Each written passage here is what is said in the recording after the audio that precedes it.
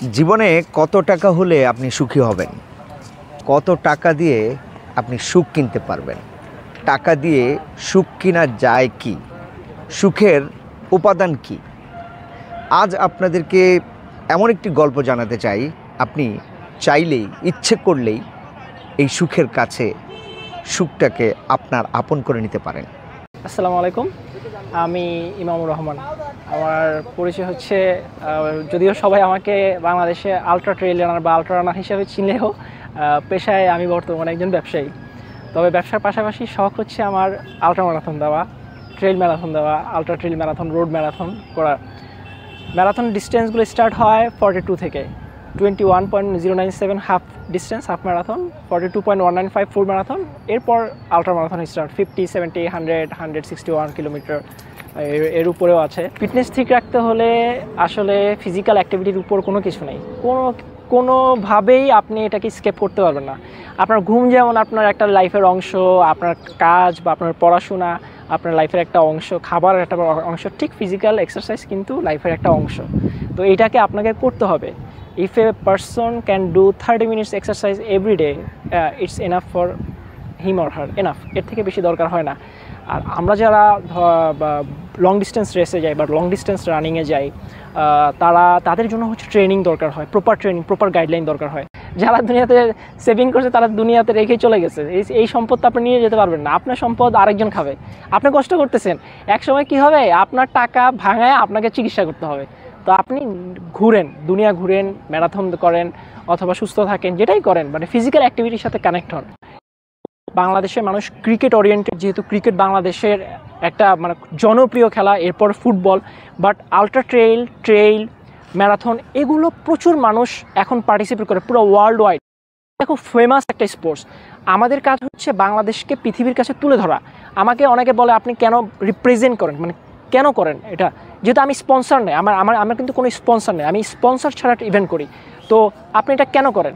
কারণ আমার হচ্ছে আমি আমার দেশকে রিপ্রেজেন্ট করি পৃথিবীর কাছে।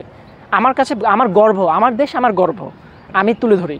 আমার কোনো স্পন্সর নেই, আমি পেশায় ব্যবসায়ী এবং আমার টাকা দিয়েই আমি ইভেন্ট কভার করি। তো প্রচণ্ড ভয়ঙ্কর এটা, আসলে যে রাস্তায় যায় সেই বোঝানো যায়। তো তার জন্য আমি তো কিছু ফুটেজ দিছি, আর যেটা আপনারা বুঝতে পারবেন মানে যারা গেছে। যেমন লাস্ট টাইম আলট্রা ম্যারাথন আমি যখন করতে গেছি, একটা বৃষ্টি হয়, একটা 1-1.5 ঘন্টা একটা বৃষ্টি হয়। বৃষ্টি হওয়ার পরে সেখানে রাস্তাগুলো এরকম না, পাহাড় এবং জঙ্গলের ভিতর, এবং সেখানে রোড ফ্ল্যাগ দেখে দেখে যেতে হয়। পরে অনেক ফ্ল্যাগ, অনেকে রাস্তা হারার পরে আমার পাশে যে ছিল সে কিছু একটা বলতেছিল। তো আমি তাকে বললাম কী ব্যাপার? সে বলতেছে বৃষ্টি হয়েছে, এখন সাপ বের হবে, কারণ বৃষ্টি পানি ঢুকছে। এবং আমরা যখন সন্ধ্যা হয় মাথার লাইট অন করলাম, কম হলেও আমি লাস্ট 8 ঘন্টায় 30টার উপর সাপ দেখছি। তার ভিতরে একটা পাইথন দেখছি, সে গাছের সাথে এরকম প্যাঁচিয়া বসে আছে। তো সাপের ব্যাপারে একটা প্রিকশনস আছে, আমাদের কোচরা বলে যে সাপের দৃষ্টিশক্তি খুব কম, সাপ সহজে দেখতে পায়, অ্যাটাক করে না। আলট্রা ট্রেইল ম্যারাথনের সবচেয়ে বড় চ্যালেঞ্জ হচ্ছে সাপ, সবচেয়ে বড় চ্যালেঞ্জ। এটা খুব খারাপ, স্পেশালি সন্ধ্যার সময়, মানে রাতের টাইমটা ওরা বের হয়। তো সাপকে হচ্ছে যদি আপনি ওকে অ্যাটাক না করেন বা ও যদি মনে না করে যে আপনাকে ভলনারেবল মনে না করে, ও আপনাকে অ্যাটাক করে না। তো সাপ দেখলে হচ্ছে কি স্কেপ করে যাও। বাট লাস্ট আলট্রা ট্রেইল ম্যারাথনে আমি যে পরিমাণ সাপ দেখছি, এইটা মানে আনবিলিভেবল। আমি এত সাপ কখনো দেখিনি। এটা এলিভেশন থাকে কখনো কখনো 5500 থেকে 6500 মিটারের মতো এলিভেশন গেইন, অলমোস্ট হিসাব করে 20,000 ফিটের কাছাকাছি। সেক্ষেত্রে কাট অফ টাইম থাকে 29 ঘন্টা অথবা 28 ঘন্টা, ডিপেন্ড করে টুর্নামেন্ট অনুযায়ী। কোনোটায় 30 ঘন্টা পর্যন্ত কাট অফ টাইম থাকে। আমি এর আগে যেটাতে দিয়েছিলাম সেটাতে আমি ডিএনএফ হয়েছিলাম, ওইখানে আমি 68 কিলো কভার করলাম 17 ঘন্টায়। বাট শেষ করে দেওয়ার আমার টাইমিং ছিল যে আমি 24 ঘন্টার আগে শেষ করে ফেলবো, টাইমিংটা এরকম থাকে এটাই। আর যারা চ্যাম্পিয়ন হয় ওরা তো প্রফেশনাল, ওরা দেখা যাচ্ছে কেউ 12 ঘন্টা 10 ঘন্টা শেষ করে ফেলে, ওরা সারা জীবন পাহাড়েই পড়ে থাকে।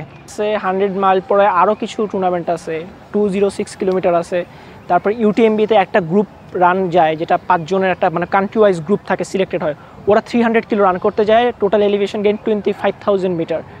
আমি বাংলাদেশ থেকে একাই কাজ করতেছি। প্রথম কথা হচ্ছে আলট্রা ট্রেইলে যাওয়াটা খুবই কষ্টসাধ্য ব্যাপার।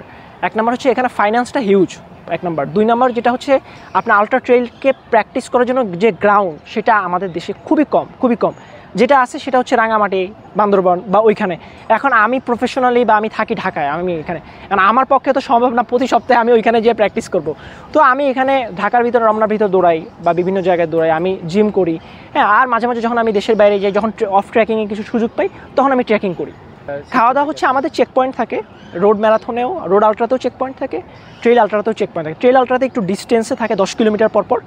আর আমাদের কাঁধে ব্যাগ থাকে, যে কাঁধের ভিতর আমরা ব্যাগ ব্যবহার করি, সেখানে আমাদের হাইড্রেশন থাকে, আমাদের জেল থাকে, আমাদের লাইট থাকে, মেডিকেল ইকুইপমেন্ট থাকে, মেডিকেল কিট থাকে, মানে ইচ অ্যান্ড এভরিথিং থাকে। মানে একটা কম্প্যাক্ট। ধরুন আপনি পড়ে গেছেন, পড়ে যে আপনার হাতে ব্যথা পেয়েছেন বা আপনার হাত কেটে গেছে, তখন সেটা আপনাকে আপনার নিজেরই কিট করতে হবে। এরপরে যখন আপনি চেক পয়েন্টে যাবেন, তখন আপনি ওইখানে যে বলতে পারেন যে আই নিড মেডিকেল সাপোর্ট।